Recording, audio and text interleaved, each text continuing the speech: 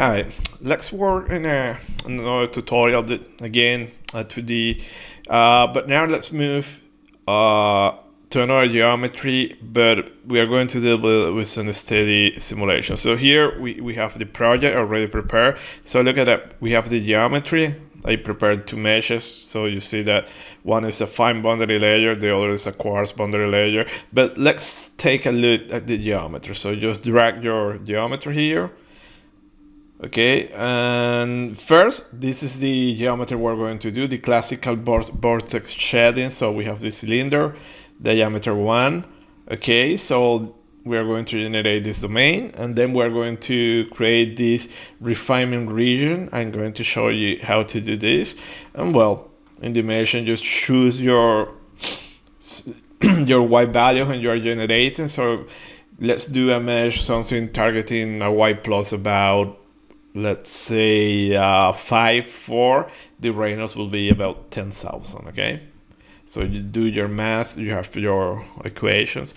So let's take a look at this geometry, or let's generate this geometry better. So already open, let's work with Design Modeler, okay? So I will create here, I will sketch in this plane, I will go here, I will insert a new sketch entity, and now let's go to sketch. Something that is here by default, we are not snapping to the background grid. Okay, so if you want to snap to that grid, here in settings you have grid, and you can go snap and show your 2D grid. So now you have your visual reference. So I will do rectangle here, so let me put it from here to here. See, that is snapping to your background grid. And now let me create also a circle in the center. So you just draw your dimensions, and then you add the you draw your geometry, okay, and then you start to add dimensions. So let me add a vertical here. So this vertical goes from here to here.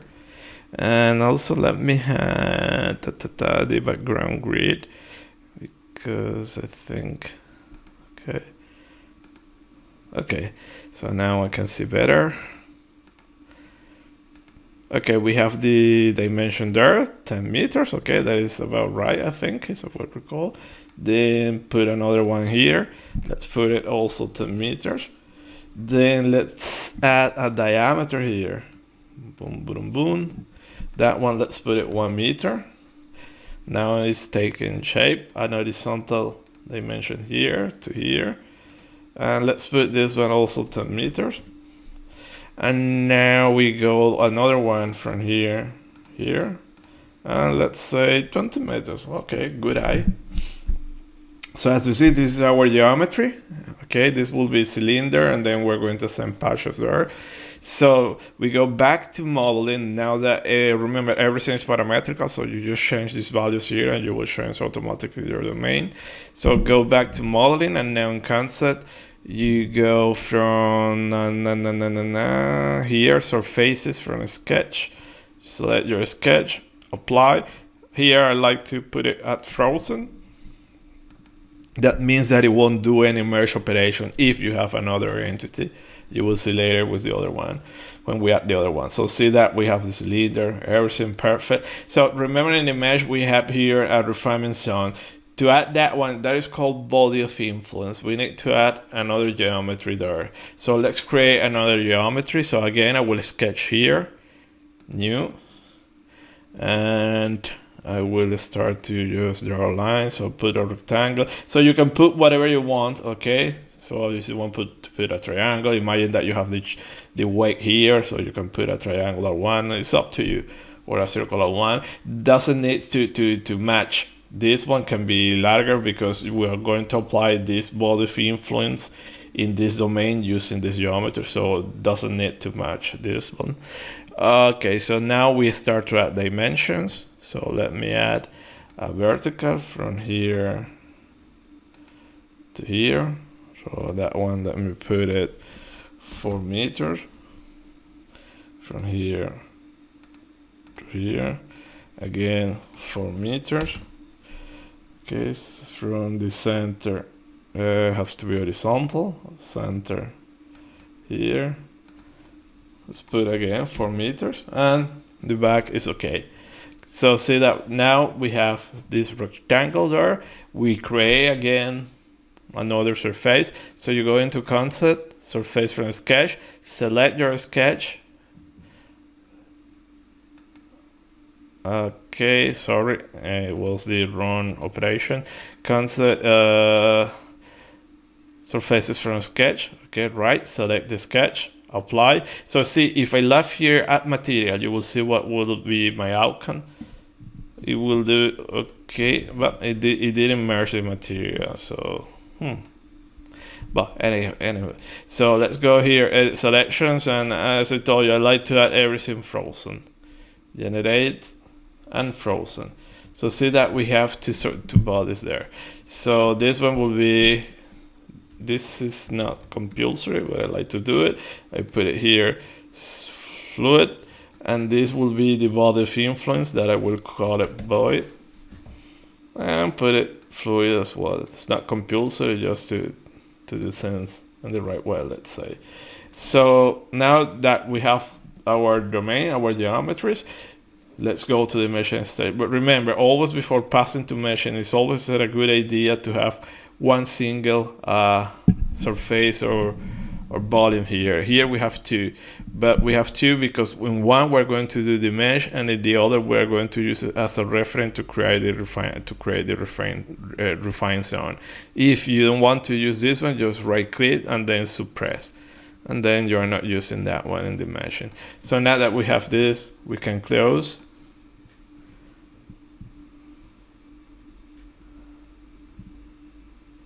And now let's drag the mesh in utility. Okay, have it here. Put it, double click, and now we're going to do the mesh. So as you see, it's relatively easy. Also, but probably not further.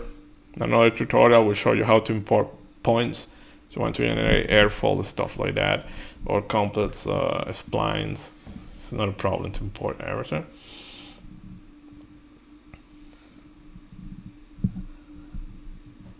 Okay, so we'll start to import my geometry, and voila, here we have the geometry. So then we enter there.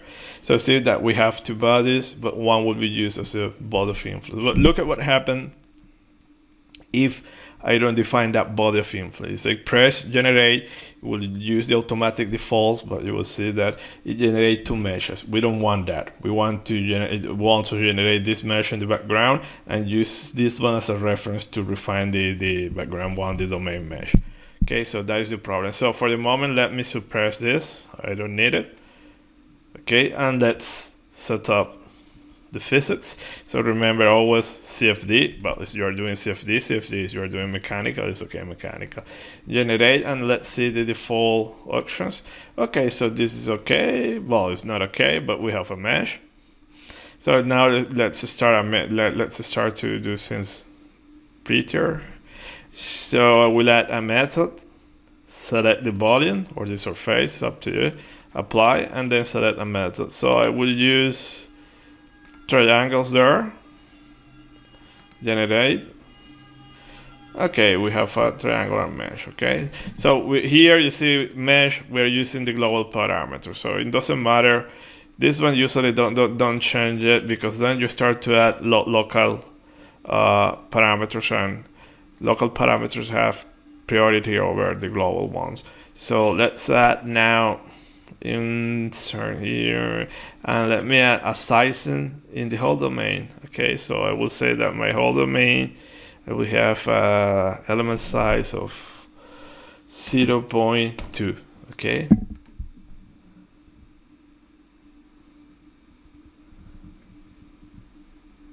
okay, voila, we have this one. Probably it's too small, but in any case, it's a 2D case, so usually 2D cases you can put a lot of elements, but let me do something not very expensive. So see that we have now, this is okay for this example, but see that now as we added that refinement in the whole domain, also we're adding that one here in the cylinder. So let's add a refinement in that wall.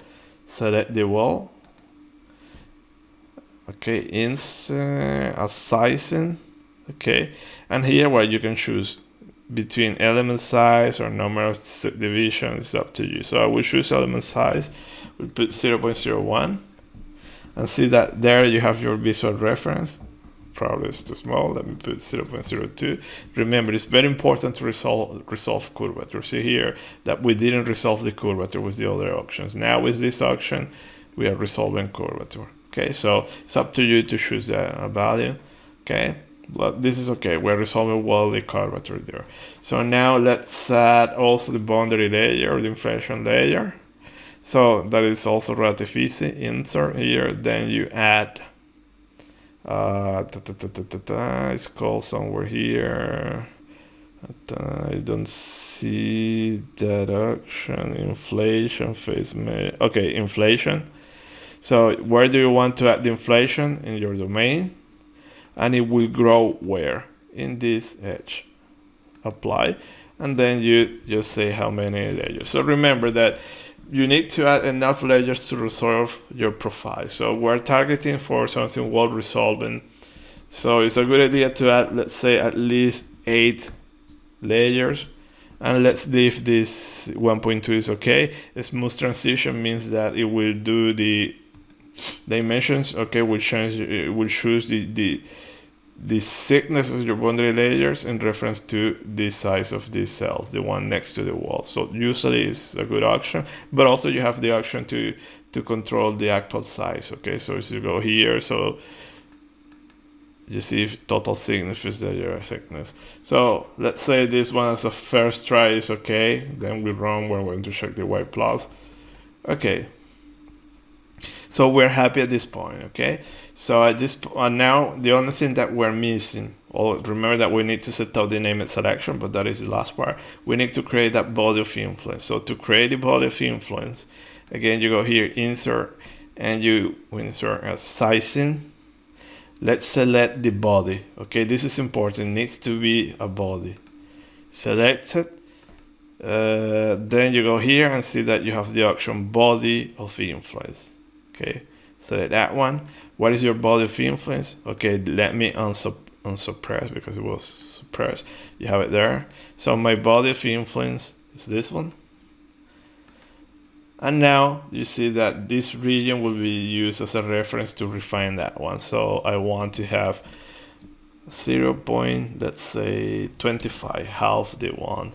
And you press generate. And voila. So pretty much this is exactly also as your 3D. You will be you can do something similar. Remember, you can add refinements like we did here, since surface using body of influence, but in edges, surfaces, volume, even in vertices, there is no limitation. So here you have many options. So always right click and you will get the options. I want to stress something also, to point out something. Look at always here at your outline. And as you see in connections, this question mark, this means that this is something that you need to solve. So basically what you need to do here is just to erase this contact region. Just right click and delete, okay? So this is a problem, you need to delete. And now you see check mark, we're okay. So before moving to the simulation, just select here, right click, name it selection, give it a name, meaningful name. Okay, inlet. I will call this one outlet. Then I will move here. We'll call this one top. Button.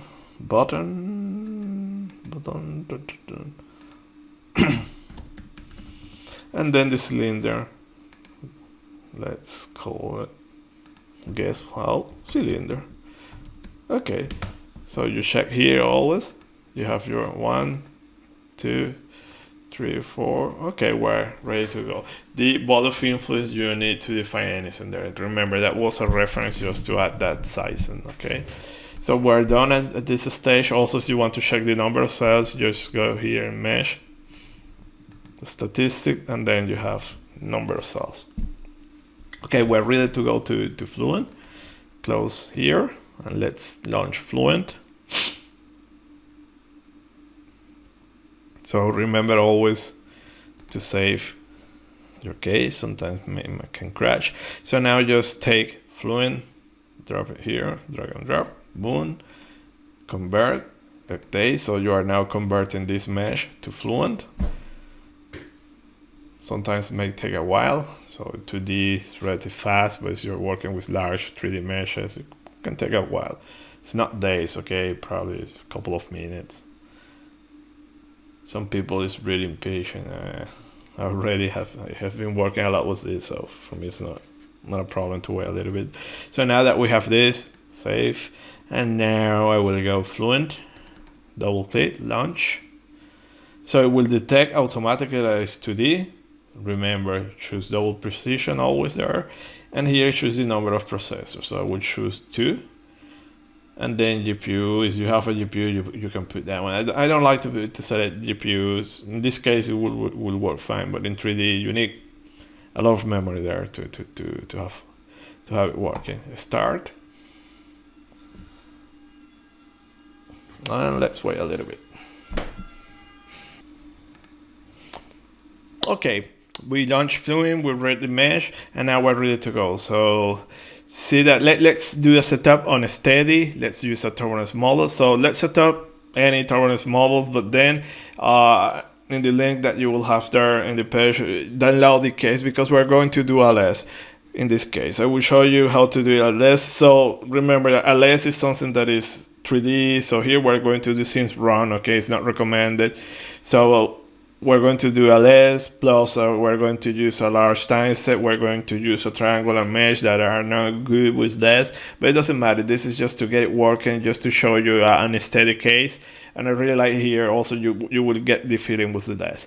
You will see that the less is not available here. Okay, Fluent is telling you that you cannot do it, but you can enable that option here in the text user interface. So there are some specific commands. I won't tell you this command because it can be really dangerous. Okay, remember less is something for 3D. But download the case where everything is set up. Also, there are many things that I set up here. So just to save some time, then we're going to go to that video. But here, let's do the preliminary test setup. So go into General. This is a Transient Simulation. This is okay. Here now we start to choose models. This one is okay, leave it like that. Materials, let's work with air. We are going to target for a Reynolds of 10,000. So I usually in incompressible flows, this is perfectly valid to do this. Put it like this. Okay, then we go cell conditions, so operating condition, give your reference pressure, that is okay, nothing else. And then we go boundary conditions. So inlet, let me set here velocity inlet. As usual, I like to put it 1. So do your math and you will see that we get a Reynolds about 10,000. Let me use these options as default. We know how to compute it. For outlet, pressure outlet is okay. We fix the pressure there and leave that one. And now let's go for the top and bottom. Okay, here by default, Fluent with the set those as a wall. Walls means that you are going to have boundary layer there, but I don't want to have boundary layer there. So I want a slip wall there.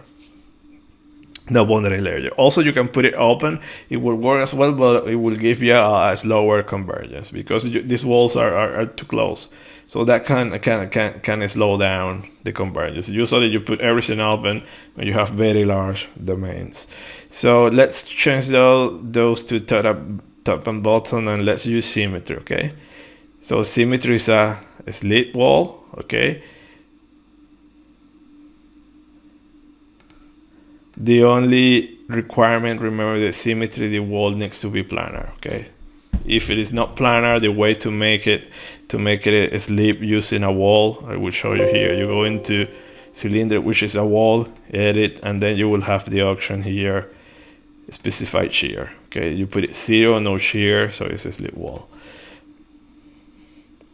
Okay, so we go here, nothing here, nothing here. Reference values, remember this is to normalize your quantity. So this is your area, frontal area. So remember this is 2D, but the depth is 1 always. So it's unit area times 1. Okay, so we have this reference frame, nothing to do there. Method, okay, let's go here let's go for the piso. This setup is okay. So here we're not doing anything fancy, just to get it running. So report definition, let's add report definition, but I want to add it for the average, for the maximum CFL number. Okay, so why? Remember, the CFL number will give you an indication of your time step. Okay, so if your CFL number is 1, means that your time step is good. If it's something like 10, it is still okay, but it's too large. You can add some numerical diffusion due to the fact that your time step is too large. So ideally we want to have a time step that will give you a CFL 1. So this is why I like to put this monitor. I put it and then I start to change my time step until I see that I get the value, my desired value. So this is how you get your time step. Sometimes also you have a reference you are doing, for instance, turbo machinery, that you have the rotation. So the rotation, you can set up the time step to resolve n periods or whatever, or an angle, given angle. Okay, so here also we know the shedding frequency usually is 0.2 for these cases. So using that shedding frequency and also the Strohal number, you can get the shedding frequency, and then usually you will like to resolve that period where the vortex, in this case shedding, you would like to resolve it like for at least 60 or 50 points, okay, to resolve well doing steadiness. But sometimes you don't know that, so that's why you add this maximum CFL number monitor. So I want to monitor that in my domain. Just select everything, go velocity. So the CFL number, you have it in velocity, and it's this one, cell convective current. So let's plot, okay, and we have it there. And that is the only one that we're going to set for the moment. Then in the predefined case that will give you, you will have many things set up here. I will go through everything here. So now we go monitors, nothing to set up here. These are okay. Initialization, that's initialized. Let's use hybrid initialization. Okay. So this one is kind of a potential solution. Okay, I will show you that you run that one. It's something fast, which is a potential solution in this case. It is better than using a uniform value. So if you plot velocity, you see that it's uniform, but as you plot pressure, if you plot velocity, get that you have a field here, a potential solution. So this is much better than getting a uniform one. So we have everything, and let's run, okay? So this is the tricky part, as I told you, selecting this time step. So what we're going to do here is just choose a time step. So see that here, let me put here, okay, this is the number of time steps. Okay, I forgot. So I want to run that, now well, let me run 5 time steps. And this is the time step size, 0, and let me put this one. Do this 20 iterations, usually let's put here 5, and calculate. So we're going to get the monitor, CFL, and see that for this time step we have a CFL number about 0.02, which is really good, but that means that we need to iterate a lot to get a solution. So for instance, if you want to resolve 50 seconds of physical time, you will need to iterate here like 100,000, 500,000 to get that, or 50,000, sorry. No, 500,000 to get 50 seconds. So it's too much.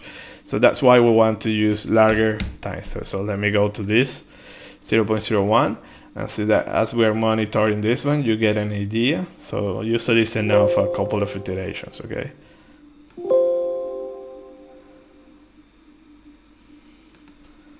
Okay, see that's 0.22. So let me go here 0.1. So here I already see that it's something proportional. So likely probably that this one will go to 2.2.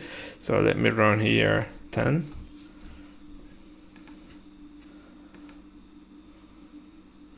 Okay, so see, as I told you. So then we're going to have the vortex shedding and everything, but it doesn't matter, okay? this CFL will change, will start to oscillate, so probably will become larger or smaller, doesn't matter, okay? The idea is to have it just close to the value that your target value. Remember, the method is implicit, so in theory you can use any time step, but your problem will be that you will lose accuracy because you're missing your physics. This case, I already run it, by the way, so I know that 0.05 is okay. It is a large CFL number, okay? But for this case, it will be okay. So see that this one is giving me a CFL number about 10, okay? So I will run with this setup. Nothing else to show you here, okay? So you can plot there your solution and your domain. So see that is already evolving. And just download the case, and now I will go through that case to explain you what I did, okay? So let's me open that case and see you later.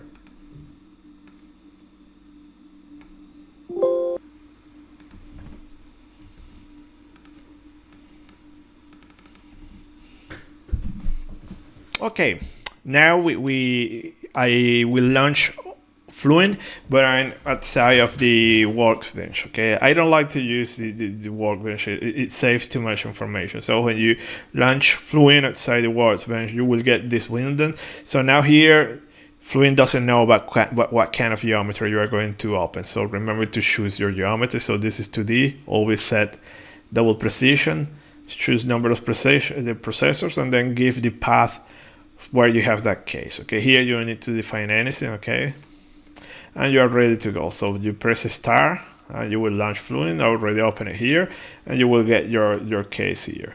About the workbench, I already cleaned it here a little bit, but I was telling you that I don't like to put Fluent here because it will start to save a lot of files, backup files, and sometimes it saves too much information. I don't like that. So here I usually use my workbench, create geometry, mesh, convert the mesh, and then move your mesh somewhere else and launch Fluent outside the workbench. Also, it uses less memory. You know, what you are here is using some memory, some resources. So now that we're here, the case is already predefined, so you can go to the web page. The cards are also in the YouTube channels. In the bottom, in this description, you will see the link. So this is the case that we have. So it's set up for a Reynolds of 10,000. So let me show what I did. So pressure based, this is a standard, it's a transient simulation. See here that now viscous, and now I have access. Previously, remember that we didn't have access to this one. So here I enable the less, and I'm using this method, this model. So I like to use this one because it gives you the equation for the kinetic energy, you know, the modeled part. So you get that information. So it can be really useful. I will show you. So to enable this, as I told you, you enable these options, advanced options. There are many things here hidden in your tool, text user interface. To enable this one, there is this secret command that you type in your terminal here, and you can enable the 2D, less 2D. So it will ask you if you want it or no. Okay. So by default, you cannot select that one because Fluent doesn't allow you to do that. Remember that 2D is something that is 3D, but then you can access to that information. For this case, we're going to do it, okay, just to show you. I like just to show you that this one you have done set really fast, and we're going to see the honest steadiness. So we keep reading here. We have no more models. Then we go to materials, define your materials. So remember here, as it's incompressible, we can play with density and viscosity. So this will give me a Reynolds of 10,000. So the conditions, here you will define your operating conditions, and if you have source stars, whatever. Okay, so in this case we don't have. Also, you have different materials. Again, you can go here and domain, edit, and you choose the material that you selected. So remember, I like to use this vertical approach instead of this working in the ribbon. Then we go into boundary conditions, and we select as usual boundary conditions. So inlet, velocity inlet, but let's go here. So it is 1, but see that now also we need to give for this specific model, we need to give boundary conditions. Okay, so see here that you have different options. In this case, I will choose the subgrid scale intensity. I will put it to 1. I want to put it to 1. Okay, there is no reason. See also that you have this option to create fluctuations in the index. So sometimes to onset instabilities using less is important to add that. So probably this is useful in 3D. Into this, not a problem. Okay, so and then you do the same for the outlet. So set up your conditions. I put here your subgrid scale intensity to 1. No reason to use 1. I want to use 1. That's all. You can put there 10 or whatever you want. Then top symmetry, already define everything. So you have top, bottom, wall. Nothing to define here. Reference values. So we're going to do normalize everything using these values. And now we go to solution method. So here we're going to use this method, and I recommend you to use this method. When you go on steady, as you will see, they are very time consuming. Okay, it's not like steady simulations that you today using the couple solver. Here, it's not recommended to use the couple solver. Remember what we were talking, that it used too much memory. So in steady, and that will use more resources, but also you don't see an improvement in the convergence speed. So this is recommended to use fractional step. To enable these methods here, you need to set up this non-iterative advancement. By default, you will get this one. See that you have coupled everything, but this one will do kind of sub-cycling. Will do a lot of cycles to converge in every single time step. Instead, this one will use another way to iterate to converge faster. So you have two options: pitch and fractional step. I like to use fractional step. Okay, you can use this option also to accelerate even more the convergence. In this case, do not use it. Okay, this is usually for low Reynolds number. Okay, the numerics have to be second order. So see here that everything is second order, just to reduce the numerical diffusion. Then we move to controls. Here, I think by default you will have everything 1, so put 0.9, sorry. This will give you more stability, okay? Then as you go here into advanced, here you will get access to more advanced options, okay? So here, this is the multi-grid solver, okay, everything, you have it here. Here, do not touch anything in expert here. Now to set up your tolerance, you set up that here in expert. Remember previously you set that one in monitor. See now that you cannot set out that here because you access this specific information here. See that is non-iterative solver controls. Okay, so see that you have this maximum number of correction, these tolerances. So usually default values are okay. From time to time I like to go here and put here 0.5 as well. Okay, better convergence for pressure. And okay, so that being said, this is the numerics. Now we go to report definitions. So see that now in report definitions, I define many monitors here. So usually CD, CL, the average Y plus in the wall. I have also the CFL number, okay, there. And I have many points and where I want to do sampling. So let me show you those points. So if I go to graphics, mesh, and actually here, let me show you all the lines and points that where I will do some sampling. So see that I will sample in this point, this point, this point, this point, this point, this point, this point, and also in this line, and see in this line here. Why I'm doing this one? This is just to show you that we have seen, remember in one of the first lecture that we can compute the turbulent spectrum. So remember that we need to measure your fluctuation, the velocity here. So I add in all these points, I will measure that information there, and then I can do that plot. Also I have these lines because I just want to plot something, and I have this one also because I want to plot here the profile of kinetic energy, velocity, want to profile to plot everything here. Okay, so you can put it in another position, doesn't matter, but remember it have to be normal to the wall. Okay, so it's the one you can use this one to do the plot with the normalized velocity. Okay, so I set up all these points. So see that I have it all in there. Then report files, everything is saved to an external file that will be saved in the directory where I'm working. So in my case, okay, I'm working, let me show you, I'm working in this directory, Nita1. So everything will be saved here. Then I go reports, this is just what I'm going to plot.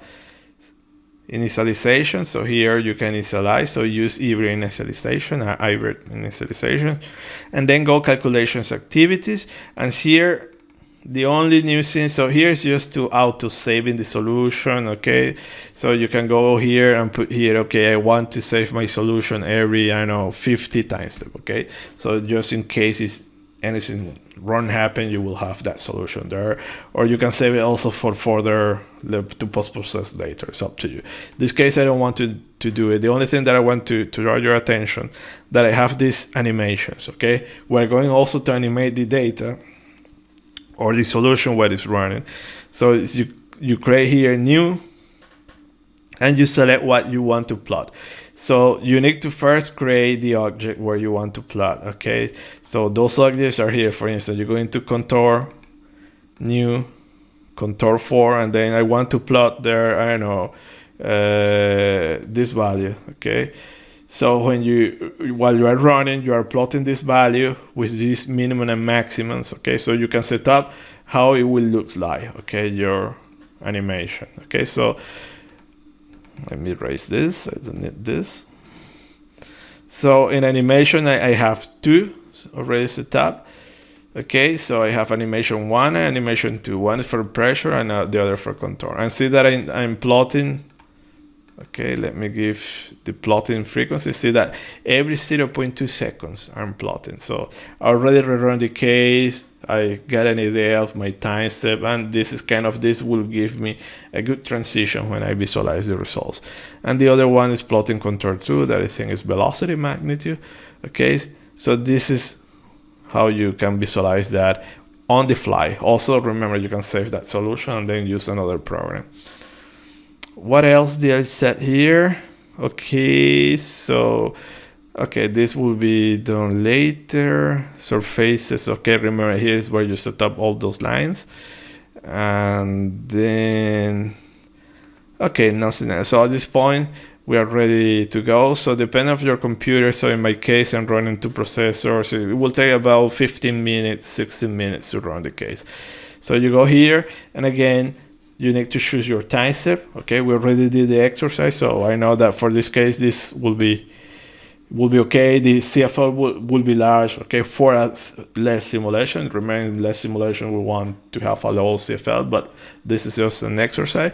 Then it will run this many times. So here in this case, it doesn't matter, okay? You need to put a large number just to run a lot of iteration.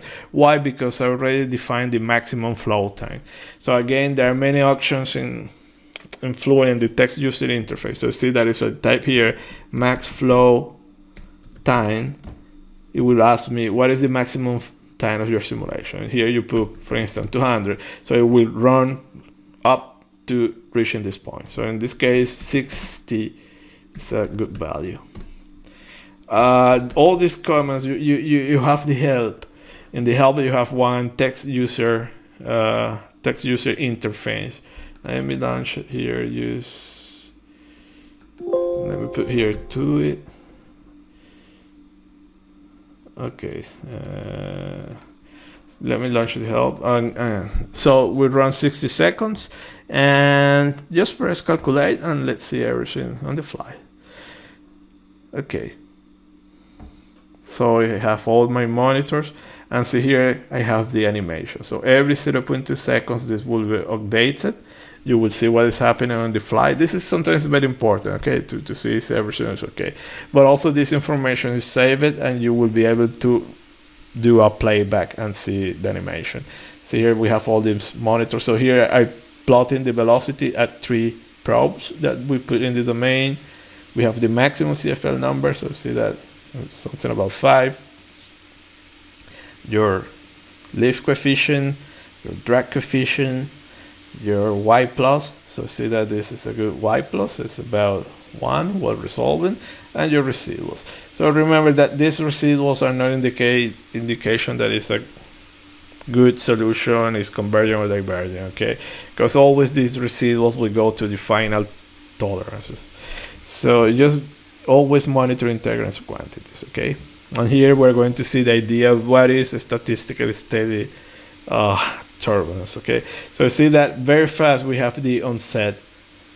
Instead, see here that we already have this oscillation. If you run this case using the k omega, I asked you to do it, use the k omega model, you will see that it will take a long time to onset this instability. Instead, here it was really fast.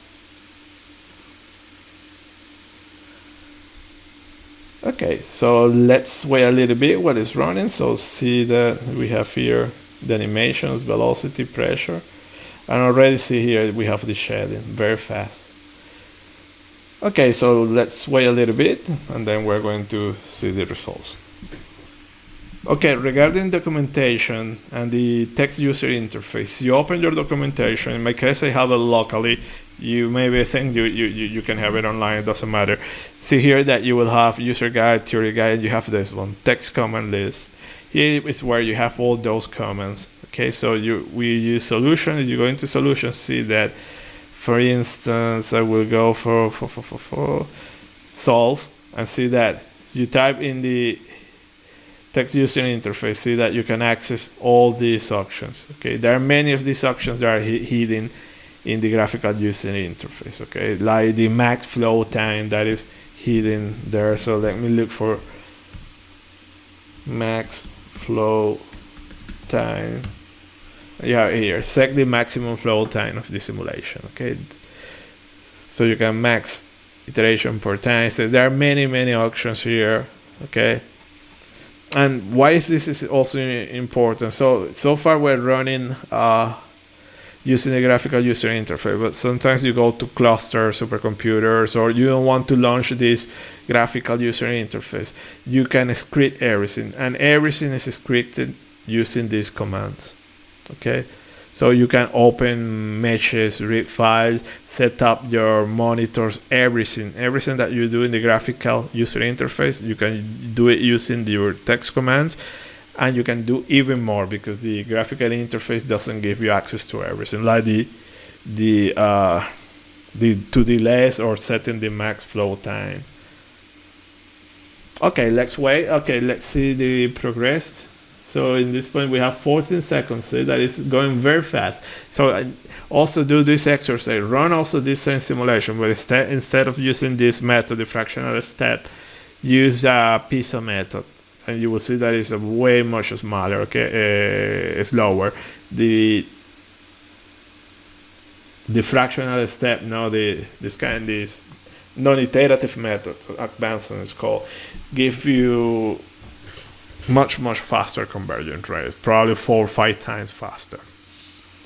Okay, looking at the solution, see that what is running. You can also look at your results and see that we have already a lot of vortex shedding. So remember that you have the vortices here, and vortex is an area where you have low pressure. You see that you can identify really easy your vortices here, see the velocity, and we start to see here that we have fluctuations. Again, you run this case using the k omega c eddy viscosity model, you won't see these fluctuations that like we see here. We're resolving everything here. Okay, see that in a few monitors that we put in the wake, see that we're starting to have the oscillations, and later when we go to the statistical approach to turbulence, we're going to see correlations, and this data is correlated. So using this information, you can get also the length scales of the vortices, or okay,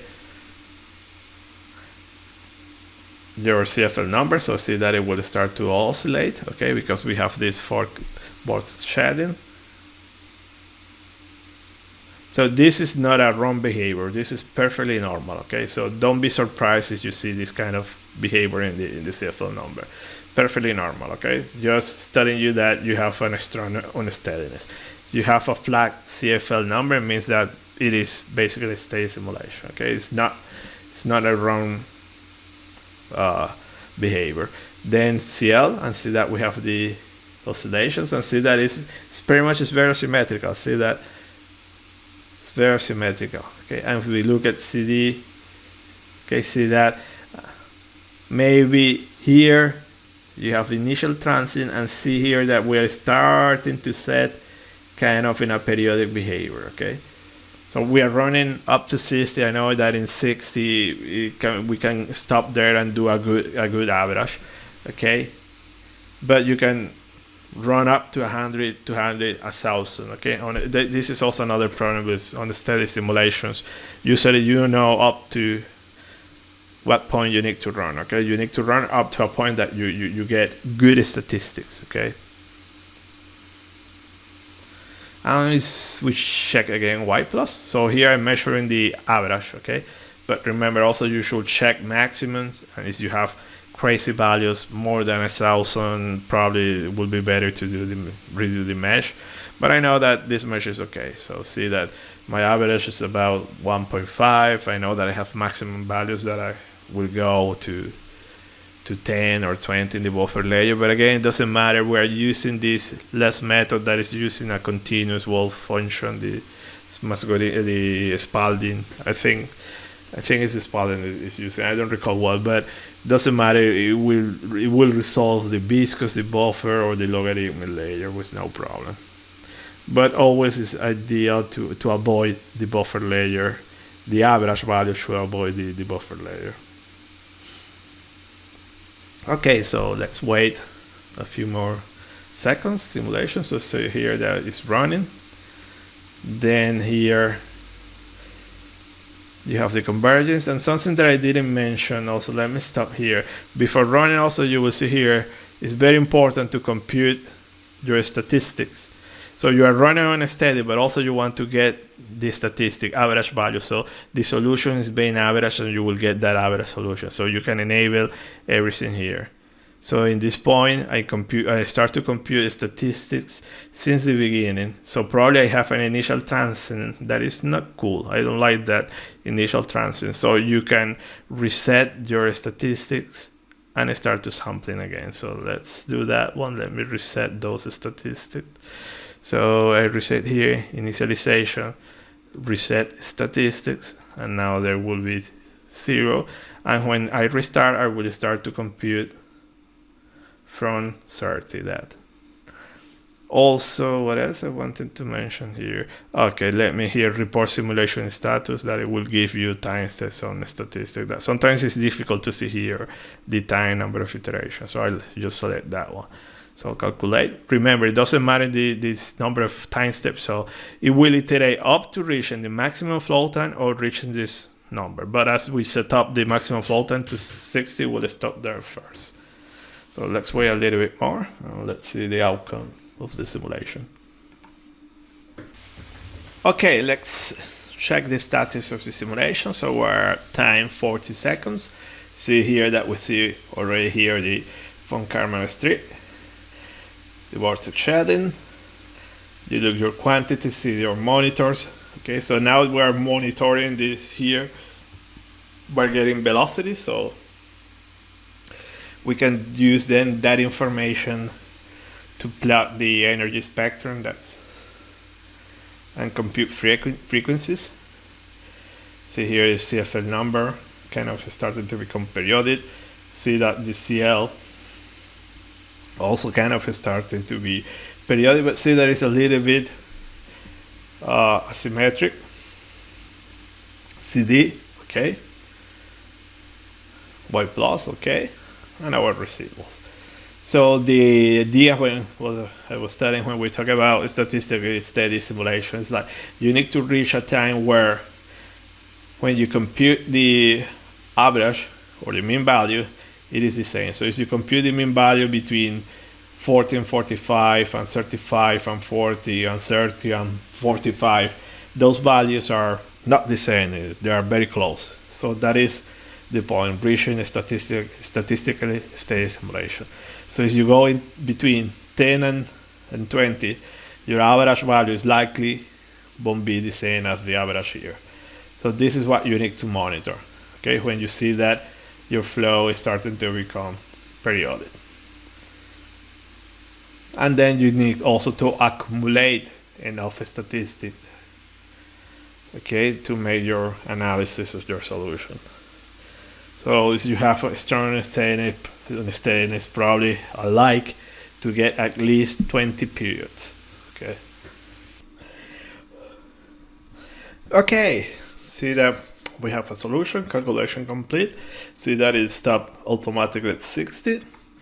And see that here we have, probably might be a good idea if you want, you can let it run up to 120. I don't know. I know what happened. I will stop here. But see that kind of here, you can say that seems to be very periodic, very statistically steady. Maybe see that you kind of, you're having here an oscillation here, but you need to run a little bit. But it's okay for what we want to do. See that since that you have another long-term oscillation here, a long-term period. Have the short-term and long-term. So, and this is your solution, okay? Your animation, you have everything. So remember, also I was saving all this data to the hard drive, so it's important. So later we can do the post-processing. So see here that we have all the information here, all the monitors. And the animation also was saved, I hope. Let's see that we go into animation. And okay, it was saved in this folder. Probably wasn't the best folder. I forgot to change that. But in any case, we have that data. So for instance, the first thing is that after you finish your simulation, you can replay this animation. Here you go at results, animations, playback. And here you will access all that information that it was saved. In my case, I forgot to change this directory, okay? It is stored. In my case, everything was stored there, so let me show you. Whoops. Okay, here. See, this is the file where everything, these are the files where everything is saved. Okay, so as you press here play, so you have all these commands, you press play, animation 1 that corresponds to pressure. So the setup that you see here is the one that is the default that you define when at the beginning. Here in graphic we define that one at the beginning. So as you press play, voila, you can see your animation. So the scale is dynamic, okay, probably might be a good idea to have it static. It's up to you. You can stop it. For instance, you can increase here increment, put 5, and then you press here to use that increment, and you go faster. So see the vortex channel actually is not straight as you will expect, or probably as you will get using the runs, probably will get the von Karman straight. See here that is kind of oscillating. Okay. So let's see animation 2. And pretty much the same velocity, and then boom. And again, also this onset will take much longer using the runs. This one also can be saved, I think here, right here, MPEG, whatever you choose, and you can save the animation. So this is to do some post-processing. Yes, it's true, it's advanced, but probably it's better to use some external software or software that comes with ANSYS and ANSYS Workbench. I like to use inside. Okay, so let's close the animation. Okay, we passed that part. So remember also you will have here in reports, you have a lot of information. So remember that the method is conservative. So what is going on in is going on out. So we'll select everything, compute, and see that what is going on in is going on out. Probably interior, I don't need it. So see that it's conserved. We don't have any heat transfer, so we cannot calculate compute that. And remember, that will be the global conservation, but also you can access local. So as you go here, you will see that you will have info. No, that is parallelization. Residuals mass imbalance. And see, this is the local conservation. So see that it's a low value. Okay, just to show you that. So now, again, also you can choose different things to plot. Then let me stick to that one. So for instance, you can get velocity here. This is instantaneous velocity. And then you can access also the average velocity. So you have here the unsteady statistics. You press and see here that you have all these mean quantities. I want this. And see, this is your mean solution. Okay, your average solution. Okay, so if you run this case with a steady solver likely will converge to the solution or something similar, which is not wrong, but you won't see all the unsteadiness. Okay, that is the problem when you see that the residuals in the steady solvers are not falling. It's because just there is a strong unsteadiness and it's better to change to an unsteady solver. Doesn't mean that your solution is wrong. It's computing something that it will be maybe equivalent to an average solution on a steady solver. So you can play around with all these quantities. So see here, this is the root mean square. I hope you remember what is this one. We have talked about that in the course. The average pressure also, you can get it.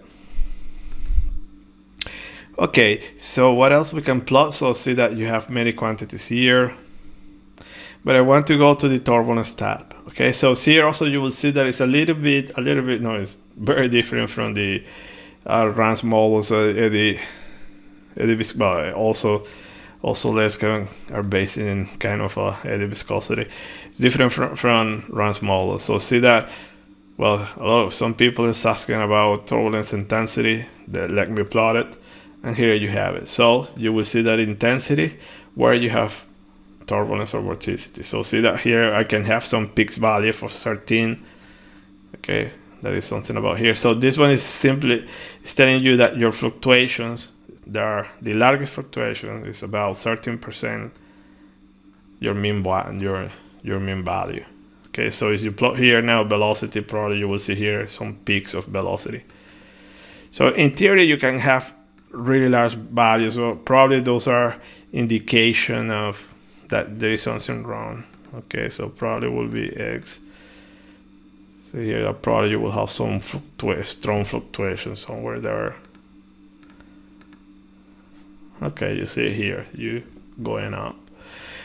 Okay, so I don't like to plot that quantity, or for me it's meaningless, it doesn't say much, but see here that we mentioned about production in the lecture 5. So see here that you can access production and see where you are producing the turbulence.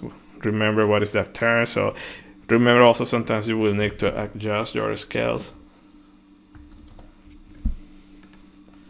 And see here, not click to range. All the regions where the turbulence is produced. Okay. Then again, you have dissipation. That will be dissipation rate. You have it there, okay? So see that you have this grid scale. So remember, in less models, we're resolving the fluctuations, and then you are modeling everything that is smaller than the grid. So this is why you see these strange names, new names, so grid scales, okay? Then you access Y plus everything. Okay, so this is the standard plotting. Okay, so but now let's do something nice. Okay, nicer than this. I really like going and doing this sampling. So we have all these points, and let's first plot some information in these lines. Okay, so to plot that information, you can go into and plot. Okay, here you can add a new plot. And let's say that I want to plot in lines, these two, and I want to plot there. I don't want to use this. Okay, it will be random, so I will put now in the Y axis mesh, and it will be x coordinates, and here plot velocity, and see here that we have the plot. Okay, so these are two different lines. Okay, I think 16 is the one all very close to the outlet, and 17 is somewhere in the middle.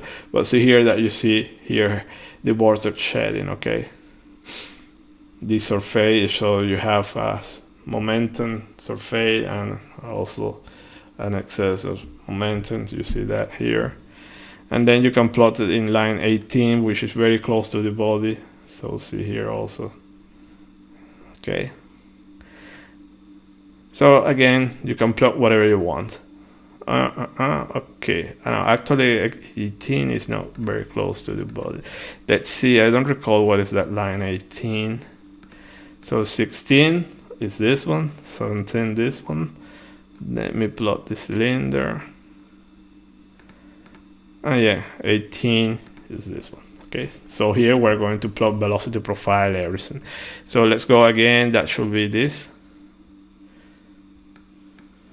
Okay, now 18, save plot, and see that in this case, x coordinate and the velocity profile. Okay, and let me go curve,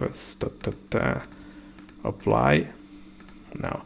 And see here we have the cylinder. Okay, remember the center is 0, diameter is 1, so it's 0.5. So see here 0 velocity, and see it grows. And recall this profile, this is the typical turbulent profile. Okay, see here that you have this peak, and then okay, you can convert now this to the normalized profile velocity. So you can measure in this point the wall shear stresses, you have velocity, go into your script. Actually also it can be done here. I haven't done never here, but I think in theory it can be done also in Fluent, and you can plot it here. You will need to compute a new quantity. I will show you also how to compute that. So now also let's plot turbulence quantities. And it's very interesting. Remember, I have briefly mentioned that the K is larger in the buffer layer. Okay. So with this is strange. Why I'm getting this? Okay, sorry. It should be. Okay, here is mesh to 10, and this one is turbulence. Okay, see that here, if at one point you go and you plot your y plus value, you will see that this peak is likely probably. Okay, I haven't done it, but I almost 100% sure that it will be contained in the buffer layer or in values between 10 and 40. Energy always peak in that area. It's where you start to generate the turbulence and then goes to 0. And if you go here and you plot dissipation, where is dissipation? Okay, so grid dissipation rate. See that? Very similar. Okay, everything is dissipated very close to the wall, and then it goes to 0. Okay, so you have this behaviors that they are very low, and this is for every, doesn't matter the problem. You always at the walls is where you have production and dissipation. You should check these profiles, and you will realize that in values y plus between 10 and 40 probably you will have all these peaks. And in theory, these quantities balance, production and dissipation, they balance. Okay, it's called equilibrium condition, but it's not necessarily. Okay, so this here again, remember you have many quantities, you can plot everything, so also you can do it with your own steady statistics. So let's see what we have in velocity. See that average profile. So now that we have these three quantities, we can go also this nice one data source that you have these lines, and you can add here. Let me add plot 1. Okay, and let me add plot 2. Okay, it's telling me about the units, doesn't matter. Okay, and see here, so the black line will correspond to the kinetic energy, And I told you, see that here you have the peak in the buffer layer, and see that dissipation at the walls is basically 0. And just by looking at this one, I know already that what is happening as the walls correspond to the physics. Maybe it's also telling me that you will need to add more points to resolve the boundary layer. See that here between the wall and the buffer, it seems that you have like 1, 2, 3, 4, 5, 8 points. Okay, so it's also telling that. So you have that behavior there. And let me show you now how to compute custom scalars. So as you see, we have done a lot. Yeah? So as you go back here, you see that we access another tab here called custom field functions. Okay, these are things that we can compute. So remember that we have Turing kinetic energy, resolve, and the total. Okay, so why I like to use this method with the 1K equations, because the 1K equation will give me information about what Fluent is modeling. Okay, so you go here. This one is what has been modeled. Okay, but now I need to compute the resolve part. The resolve part is the one that depends on the mesh. Okay. And we know how to compute it. We know that K is equal to the product of the fluctuations. Okay, so I need to subtract to my mean value, the instantaneous value, to get the fluctuation. So I can see why it's important to compute this on a steady statistic. So how to do that? Here you go in parameters customization. See here that you have custom field functions. So you right click and you can add a new one. So let's post-process one that I already created here. So Turing kinetic energy resolve. Okay, so go here, manage, select this one, and see how I compute it. So see that is equal to the velocity x minus my mean velocity square plus this one, multiply 0.5. So this is what I am resolving. I find it stupid that Fluent is not giving you this. Probably I think I haven't seen a single software that gives you this. Always you need to post-process it. So you get this one, okay? This is your resolve, and then the total is resolve plus the part that you are modeling. So you see here, new, create a new one, and this is a little bit tricky. So for instance, let me use mesh x coordinate. You select it, you put it there, and then you add the operation. You cannot write here. It's a little bit tedious sometimes to use it. So you can go sine of what? Remember to put parentheses, and I want to get sine of velocity. Select. Okay, close. You give it a name. Call it test2. Define, and you have it. So then when you go back here, you will have a custom fields. Test2. So whatever you did there, you will have this. Auto range. Okay, you have this. Okay, so this is how you create those fields. Okay, so I created, remember, I create one to compute the resolve one. That Fluent is not giving that by default. We know how to compute it. Is the trace of your Reynolds stress to make it easier, and then the total is the addition of the resolve plus the model power. So what did I do with this one? Well, I was sampling. When I was sampling and saving in a file, I was saving that information. Okay, so if I go here, edit, I think you see I was saving the total Turing kinetic energy there, because I want to use that to do my plot of the energy spectrum.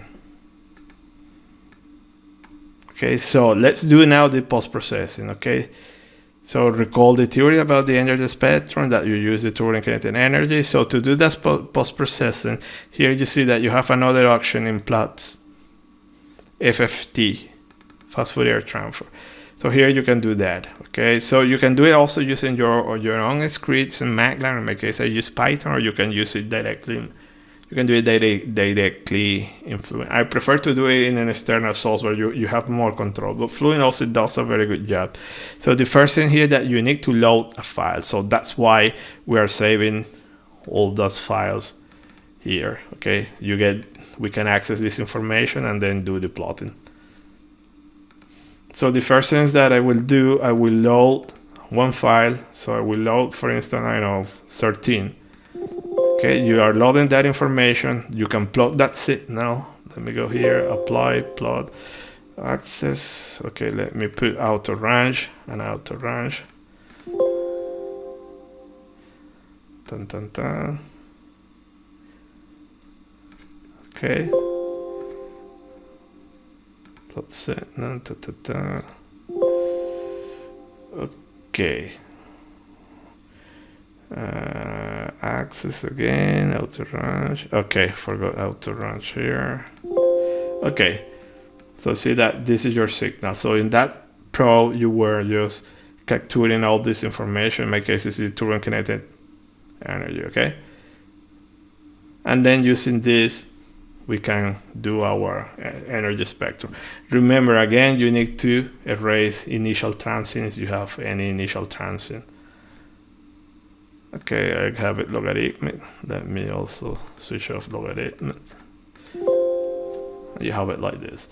Okay, so to erase that, to filter that here, you see that you have click to range, and I will do it from 30 to 60. And see that now it's cleaner. Also, you have some other options, and see, by the way, also giving you your statistics, mean values, everything here. So now that using this signal, let's plot our energy spectrum. So this is super fast. You go here, you just press plot FFT, you have it there. Remember that is logarithmic scale. Boom, boom, apply, plot, and you have your spectrum there. Okay, well, probably you will need to superimpose the -5 surge to see if you have this low. I don't know, I haven't done it, but probably it seems okay. You can also write this information here, write FFT, and you can write it to a text files and then post-process externally. There's no problem. And let me show you also what is the problem when you use that initial part of the signal, the one that, so as you leave this part here, and now as you replot your FFT, look at what is happening here. So you get this noise, and sometimes that can have a strong influence on the FFT. Sometimes you can see that the energy is accumulating, and that is wrong. Okay, so be careful always to post-process this plot and erase the noise that you need in the beginning. But sometimes also it might happen. Okay, here you see that all this noise, you need it, it can give you problems. Sometimes it may happen as well that you don't have noise, you have a very clean signal, but still the energy accumulates. So that means that your mesh is not good. You are accumulating energy that is wrong. So later we are going to do some post-processing to see how to evaluate that directly in the mesh. There are some specific metrics.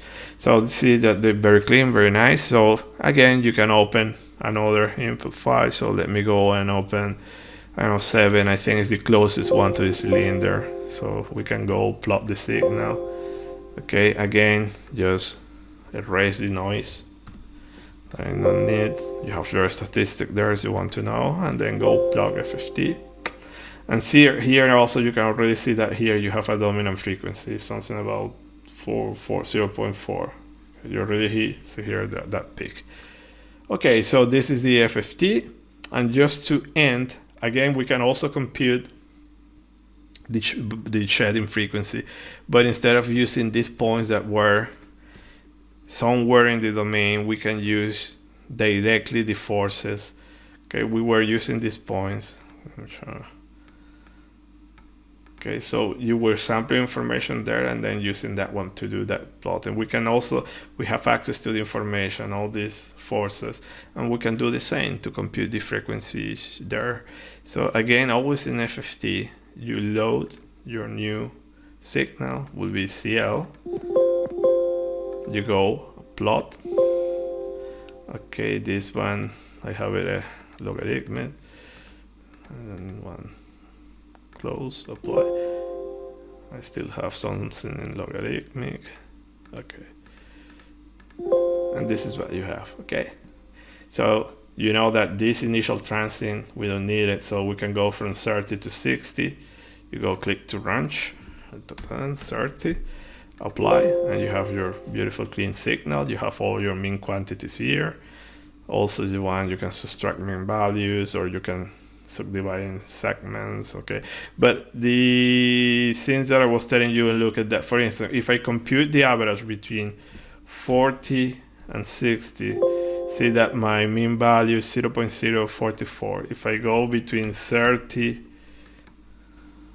and 50, wow, 30 and 50, 0.1. I was looking at the wrong one. Okay, what happened? Okay, so yeah. Okay, actually there is a large difference. Yeah, because I have that second. But see that, okay, this one, okay, no, again, also we're looking at the lift coefficient. Okay, so lift coefficients will be about 0. But the idea is that when you compute different ranges, and to be sure that you have statistically steady turbulence, those mean values should be kind of the same. Okay, so but we go between 30 and 60, we get this one, we know that this should be about 0. But probably from this analysis that we did here, probably might be a good idea to run a little bit longer. And actually, I think there is a long period frequency within this short period frequency. So maybe we will need to do some detrending. We are going to talk that later in some other lectures. So to see the frequency, the dominant frequency, so here you can go and just count the peaks. So you go from about 40 to about 5. Okay, you see that maybe your frequency is 5 seconds. If you look at the lift coefficient signal, okay. But to do this plot, also you go here plotting, and you see here that you have the peak. Adjust your axis.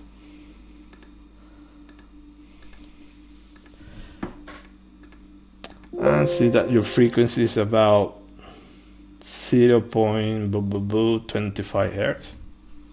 Okay. Okay, and the period was 5 in the previous one, which is the invert reference, so it's about 0.25. So I say that you get it from here. Okay, also you can plot, instead of plotting frequency, you can get the Strohal number, which is something, yeah, close 0.20 something. So close to 0.2, okay, so there's no problem. And then you can also, but remember here, frequency, we have this value here, okay, about, let's say, 0.3. If I open the signal for drag, let's see what happens. So let me plot the value what I have. So see that I just range out. We have the signal. Let me erase 30. Okay, and we have this one, okay. So probably here is clearly that this is not, it's like make average here, here, here, is not, they are not very close, okay, but let's suppose that it's okay. So here you have your average quantity, 119, let me see, 50. See, oh no, it's still there close, so that's not a problem. Okay, so we have this, and as we plot the spectrum, you see we have a peak. Let me change the scales and see that we have something that is 0.5, that is something about twice the frequency of the lift signal. So this is a question to you, and try to see. This is important because if you take lift, you get one frequency. If you take drag, you get another frequency. This is particularly you will see this behavior when you have vortex shedding from top and bottom, probably giving you the answer already. So why do you have this one? Why is you look at the drag signal, why is giving you the twice of the lift signal, and which one of these two signals is the right one, or the one that you should take? So you have that question there, reflect about that one. Later that will be a question in our homework. And well, I think with D a lot. Okay, so for you as an exercise in this one to play around, so just go into models.